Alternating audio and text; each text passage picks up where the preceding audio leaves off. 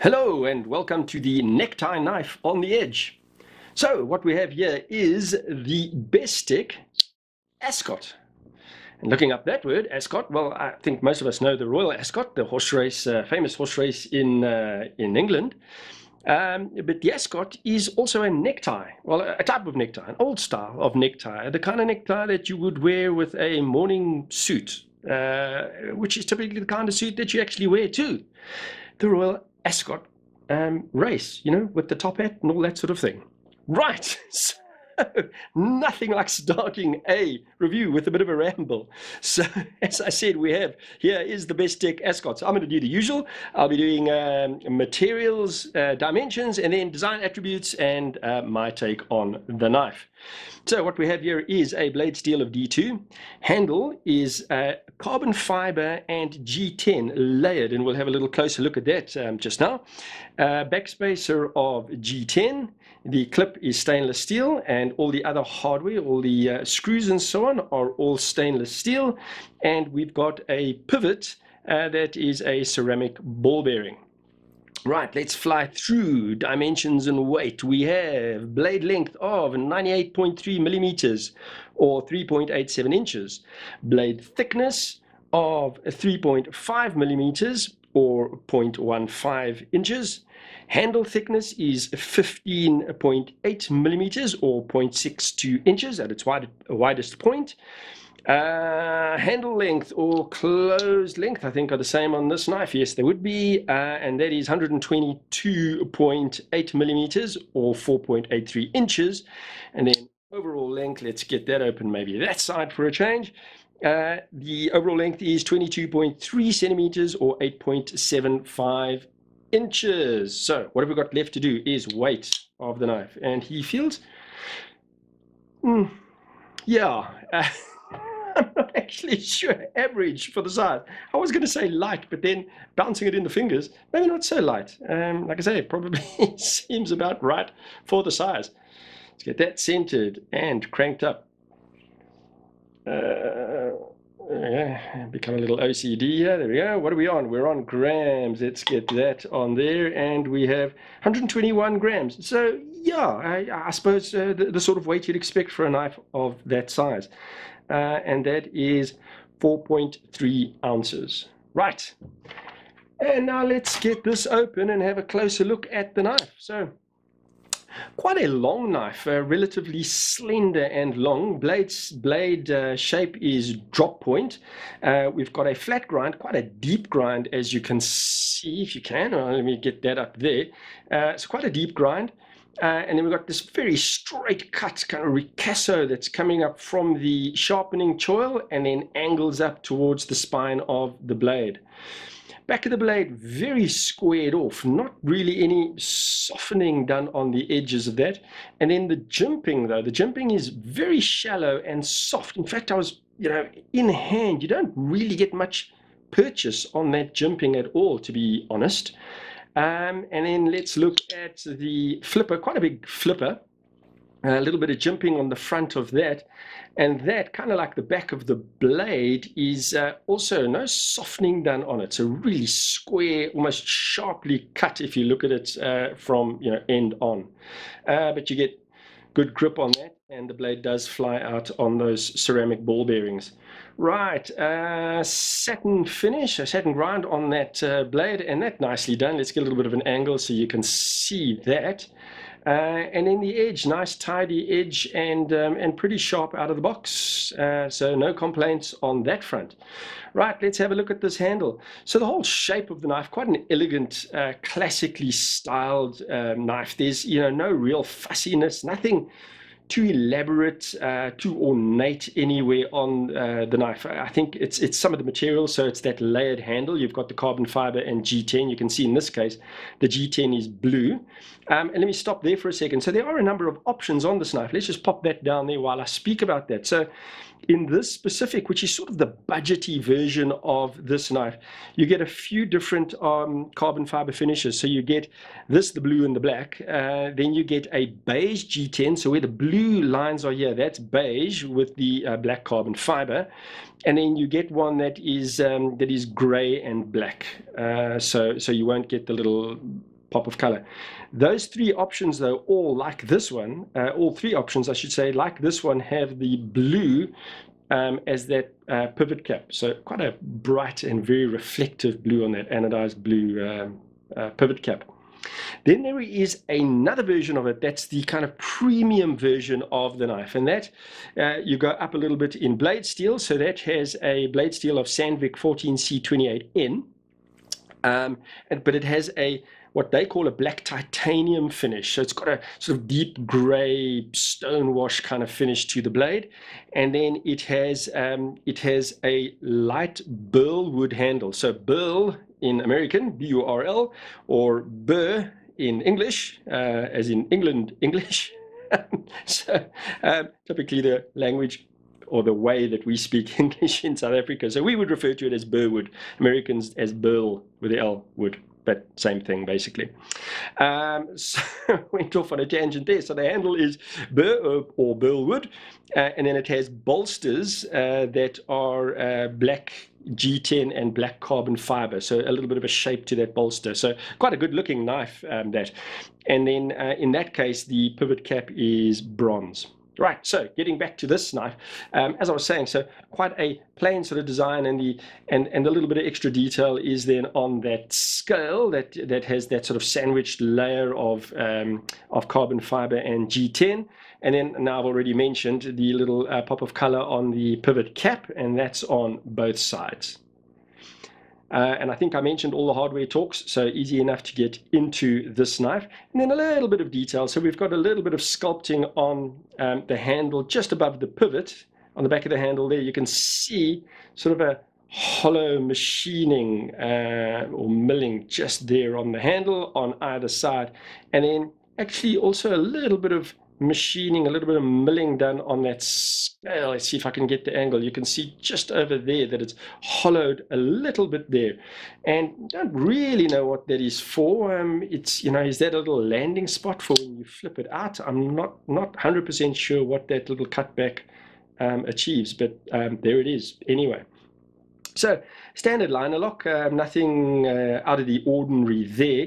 And then if we look at those liners, so there is quite a bit of milling. I'm not going to use the torch, I think you can see it well enough, but quite a bit of milling and material removed from the liners to make the knife just a little bit lighter, to save a little bit of weight on the liners.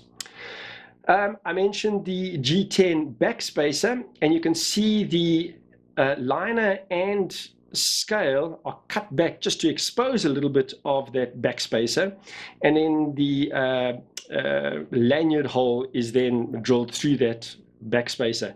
Also nice little interesting touch. So if you look around where that lanyard hole is, the liner on either side also has a little bit of a cutback on either side, and that's obviously just to make it easier to get your lanyard through that half hidden hole. So nice little touch on that. The rest of the handle shape, if we get its end on, you can see it is generally rounded a little bit to make it comfortably in hand, and then the edges are softened, so a little bit of rounding on the edges of the scale as well. So in hand, knife feels comfortable. I did mention the fact that it is quite a long knife, and you can see that now. So in my medium-sized hands, a lot of space still left on that handle. So bigger hands are very, very easily going to get onto this knife. And then that sharpening choil, not a finger choil. You get your finger in there, your finger immediately, you can see that goes onto that edge. I think I've pretty much covered everything. No, I haven't. I haven't spoken about the pocket clip. So pocket clip is tip up carry, and it is deep. You can see that. And then if you look at it, you can see that that pocket clip is also countersunk. The screws aren't, but the pocket clip is. And quite tight behind that pocket clip. If you look at the space behind there, if you start getting onto thicker cloth, maybe a little bit of a problem getting this over some thicker cloth, but springy, quite tight, but springy enough to get over, moderately thick, I guess, material, depending on how thick your pocket is. And that pocket clip is not reversible, as you can see. Right, now I think I have covered everything. Have a quick glance at the notes, and I think I've covered everything off. And then, as per usual, let me just quickly at this point say thanks once again to Blades and Triggers. Really appreciate their support of the channel. Another knife that I have nicked from their shop in Eastgate. Thanks, Bowen. To look at and mess around with, as I always say, form an opinion and share that with you. But really do appreciate them allowing me to do that and being able to get all these different knives in my hands. You can check this out and many other knives and many other brands on their website, BNT Online. So all that leaves to do is size comparisons, and I brought a couple of other knives in, but I'll start with the usual ones that I use because I think these are knives that have been out for a long time and that people do know, they're very familiar with. First one is the Spyderco Manix 2, give you an idea of that. And the Spyderco Manix 2 is not a small knife, but you can see that this is considerably longer even than that. Weight-wise, a little bit lighter than the Manix 2, but thicker, a little bit of a thicker knife, and I think a thicker blade stock as well. Right, did I mention this was D2? I'm not sure that I mentioned the blade steels. Yes, I did. I did when I did the materials. Oh boy, I don't know what it is. Early onset old age. What's next to bring on here? Right, the Medford Slim Midi. That I always use, and again, I did say it's a long knife, and you can see that in this instance as well. So that's the Medford Slim Midi, and then the other one, a knife that has been around for so long that I'm sure everybody who likes knives has seen, has been exposed to, and as I've said before, probably might even own. I shouldn't say probably, I should just say might even own, and that is the Benchmade Mini Barrage. So an altogether smaller knife, but again, just to give you a little bit of size perspective in case you do know that knife. Right, and then the others that I brought through might be more sort of the same knife, certainly more in the same price bracket. So the one is the, and I brought this out in another review as a size comparison as well. So this is a Boca Plus knife, and this is the Boca Sulaco, which is a Zero Knives design knife. You can see those two very, very similar lengths. The Sulaco is in a 440C, but you know, from a price bracket perspective, those two knives play in the same sort of region. There you go. So that's those two. And then the other one is also a knife that I brought out recently for comparison. This is the that's the way I pronounce it, R-U-I-K-E, rake. That's the way I've committed to saying that name. And this is the rake Hussar. And you can see those two knives as well, you know, both very slender and the same lengths on those two knives. So, you know, if you're accustomed to this knife and that's the sort of EDC you want to do, this will suit you very well. This obviously a little bit more kind of dressy and maybe elegant in its handle design, and certainly with that carbon fiber G10 combination. Blade steel on this rake is, I am not sure. Let's have a look here. I think that might be the Sandvik as well. Yes, 14C28N on the Hussar. Right, that's the rake. And then I've got another Bestech here. And this is the Bestech. What is this? This is the Bestech Toucan. Right. Got there eventually. Also, again, very, very similar lengths and, well, similar-ish construction. So both D2 blades, both on ball bearings, both have stainless steel liners. In this case, you've just got the extra little bit with the carbon fiber on the handle. But again, very, very similar size knives. And again, also in the same sort of price category. And then the last one, also a knife that's still been hanging about on my desk.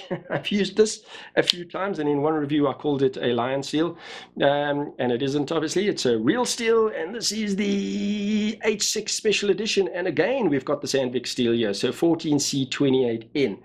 And again, a very, very similar size of knife. Right, guys, I think that is it. I've gone now through everything. But my impressions, nicely made knife, nicely constructed. And, you know, when you consider the price of these knives, this is one of Bestech's sort of more entry-level knives.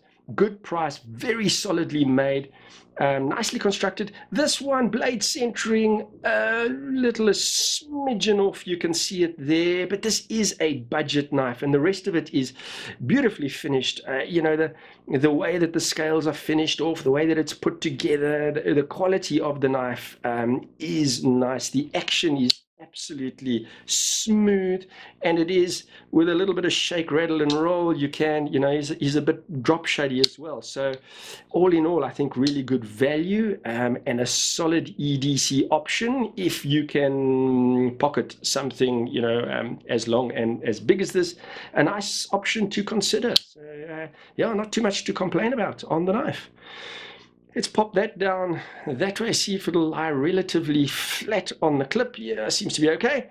Guys, thanks very much. I think all that's left to do is to thank you so much for joining me. I really do appreciate it. I always do, and I would equally appreciate it if you would subscribe and hit that bell icon, because as I always do say, I would love you to join me more often. And other than that, you go well and God bless.